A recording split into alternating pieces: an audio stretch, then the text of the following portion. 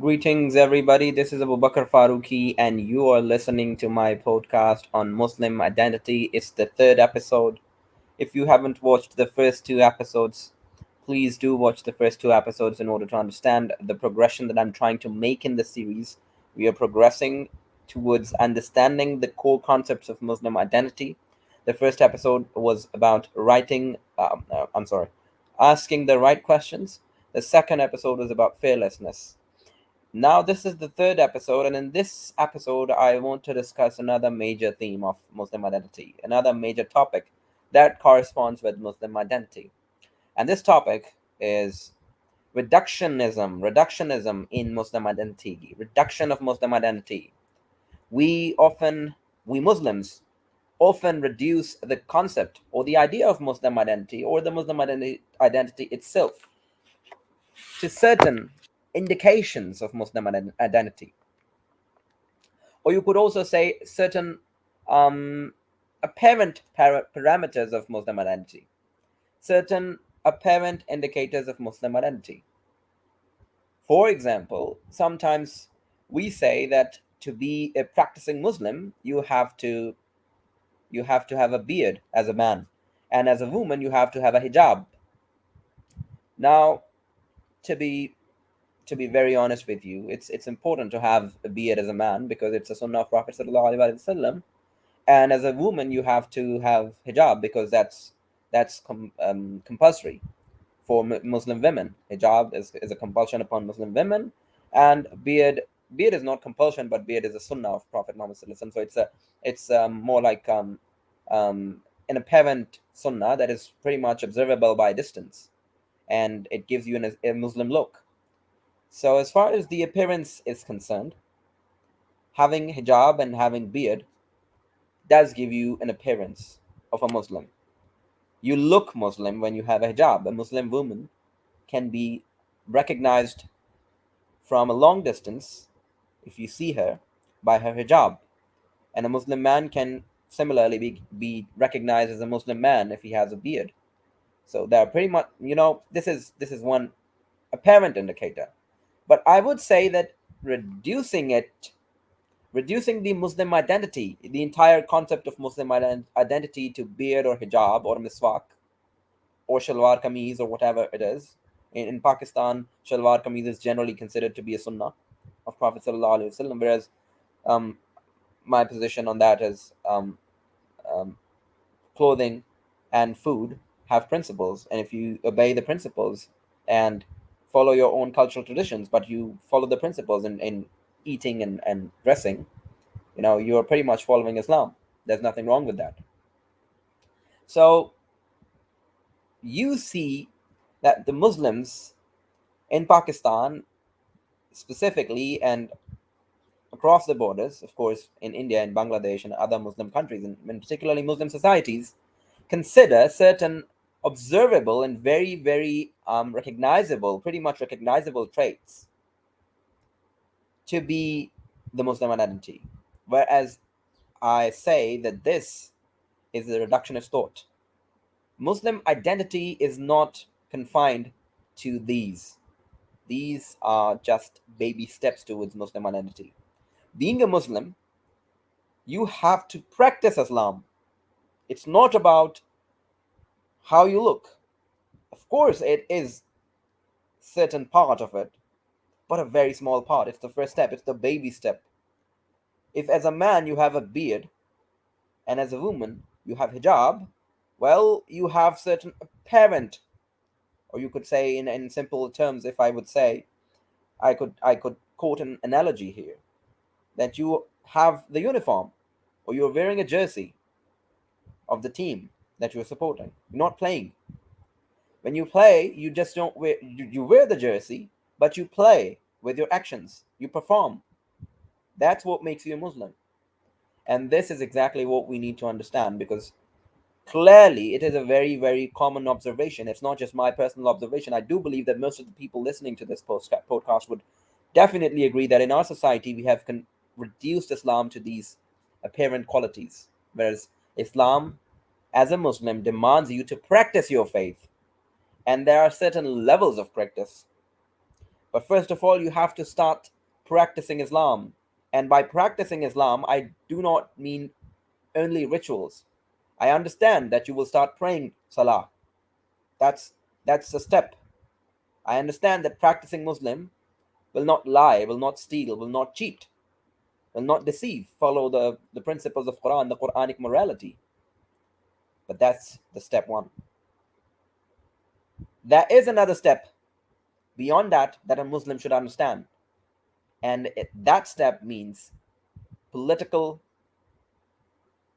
political system of Islam, contribution towards political system of Islam. This is the second step.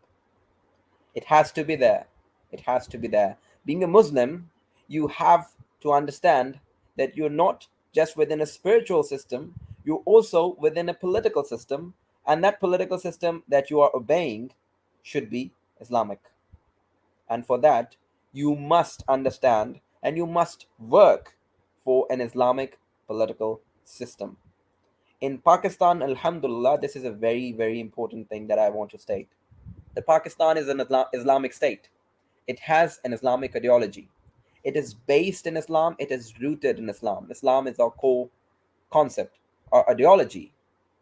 Raison d'etre in international relations terms, we could say that. The national purpose of Pakistan is practicing Islam as a society, as a community. That's why we are Islamic state. The first line of the Pakistani constitution states that the sovereignty over the entire universe belongs to Allah Almighty alone. That's the first line of the Pakistani constitution, objective resolution, which is part of Pakistan's constitution. So it is important to understand that we cannot reduce the concept of Muslim identity to mere appearance. This is just one baby step in that direction. As a Muslim, you need to understand that Islam is a deen. As an individual, it's a deen because you are compliant to Sharia throughout your 24 hours life. You're living by Sharia. That's for a person. And as a community, as a Muslim majority community, you are under Sharia laws because Sharia is the manifesto, or you could say a system of government, political framework, the boundaries that are set in a Muslim community are set by Sharia. Sharia is that political framework, and it also provides a political system. So Islam, as for an individual, it provides Sharia. For example, you're not going to lie, you're not going to cheat, you're going to pray, you're going to um, not engage in certain activities. You can do this, you can do that. There's Sharia for that. Individually, that Sharia is applicable to yourself as an individual in Islam. But if we talk about community, community also is under Sharia. That is an Islamic system, Islamic, you could say, legal code. It has to be there, and if it's not there, wherever it is, if you have that in your country, that's fair enough. If you're living in an Islamic state, then it's good. But you should work in your country or state for an ideal or Medina based model of an Islamic state. If you're living in Pakistan, you already have the ideology part covered, but you have certain parameters that you have to for the state has to obey. And if the state is beyond those parameters, the system goes beyond those parameters, it's responsibility of Muslim citizens within the state to work towards an Islamic system, a purely Islamic system. For example, in Pakistan, we have riba, which is not allowed in Islam. Totally goes against the Sharia. So we have to work for that. So political system is very important in a Muslim's identity. To be a practicing Muslim, you have to understand that political system of Islam, it's an indispensable component of Islam. There is no political Islam. Islam has politics within it. Or often Westerners say that there is political Islam and things like that. But I would say that it's not political Islam. Islam has politics within it. Political Islam kind of implies that there is some kind of ideology in which there is, as if there is another kind of Islam which has politics within it. This is what is implied by the term political Islam, that which is often used in international relations and political science, because these disciplines are quite Eurocentric, and most of the works, scholarly works done by most of the scholarly works done in political Islam are by Orientalists, or by you could say Western scholars, some non-Muslim scholars, and they are not able to see Islam as an ideology the way Muslims see it.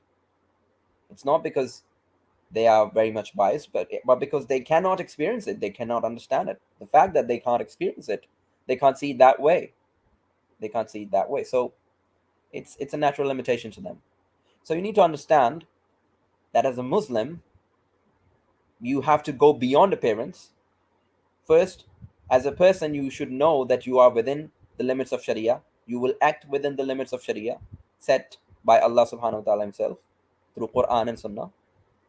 And then, as a state, as a political community, we have to abide by Sharia laws, by the system, by the deen of Allah subhanahu wa ta'ala that has been given to us. This is very important. So, being a Muslim, political system is absolutely vital.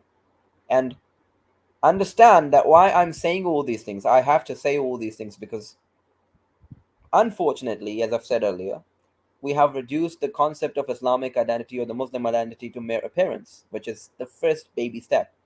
You're just wearing a jersey. You haven't done anything yet. You haven't practiced Islam yet. You haven't worked for an Islamic system yet. You haven't produced scholar. If you're a scholar of international relations or political science, have you written something extensively on political dimension of Islam or the system, or suggestions or problems in achieving this political system of Islam or the framework? Have you done anything like that? If not, start doing it. If you can't do it, read about that. There is enough literature available. You can start reading at least if you can't write. And if you can write, well, pretty much you're very much welcome to contribute, because that's what you need to do as a scholar. And if you're not a scholar, you're a beginner, you need to understand that there is a political dimension, there is this system, there is deen for political community as well, which is, of course, a state. Modern state is a political community in modern terms, you would argue, in international relations perspective. So it's very important that we understand that any concept of Muslim identity which does not include a political system that is given by the deen of Islam, is a shallow observance or a shallow observation of Muslim identity. So we cannot reduce the Muslim identity to appearance or rituals, even, because after appearance, of course, there's another step, that you have appearance and then you go on to the next step and you start practicing Islam as an individual. But as a community, you have to reach a certain level of system. You have to form that system. It has to be there as the structure that governs that political community, because Quran was not revealed just for individuals. Quran was also revealed for society. There is social there are social obligations. There are political guidelines in Quran, very much clearly seen in Quran. There is political system that is there in Quran, and that system should be understood and followed and practiced. And if a Muslim society that is dominated by Muslim majority, if that Muslim majority is not practicing Islamic system of governance, then there ought to be questions. Why is that happening? Because a Muslim community, a Muslim majority, has to establish the deen, the Sharia for community. Because, as I argued earlier, Sharia is not just for individual, it's for community as well. There is a political code, there's a political system. So this idea of reducing Islamic identity or Muslim identity to mere appearance or rituals is not the right approach, I guess. We have to move beyond that. Islam is an ideology that can transcend boundaries, and Islam is an ideology that provides solution to every single problem related to human being as an individual or collectively as a society. Every single problem. It's not just a sweeping statement. I can prove that, I can defend that, and I can argue in favor of that as much as you like. I will do that because I believe in that. Quran has clear laws for not just for individual but for society as well. So in order to establish that deen, we have to work for it as Muslims. It's not just practicing your own Islam at your home or in the mosque and then not caring about whether or not the society is protected by the divine laws. No. Being a Muslim, you cannot adopt this approach. This is not the approach of a Muslim. A Muslim not only cares about himself or herself, but also cares about the society in which he or she lives in. That's the essence of Islamic dawah. That's the essence of, you can say, the deen as in the community. So this community aspect needs to be understood and needs to be worked upon.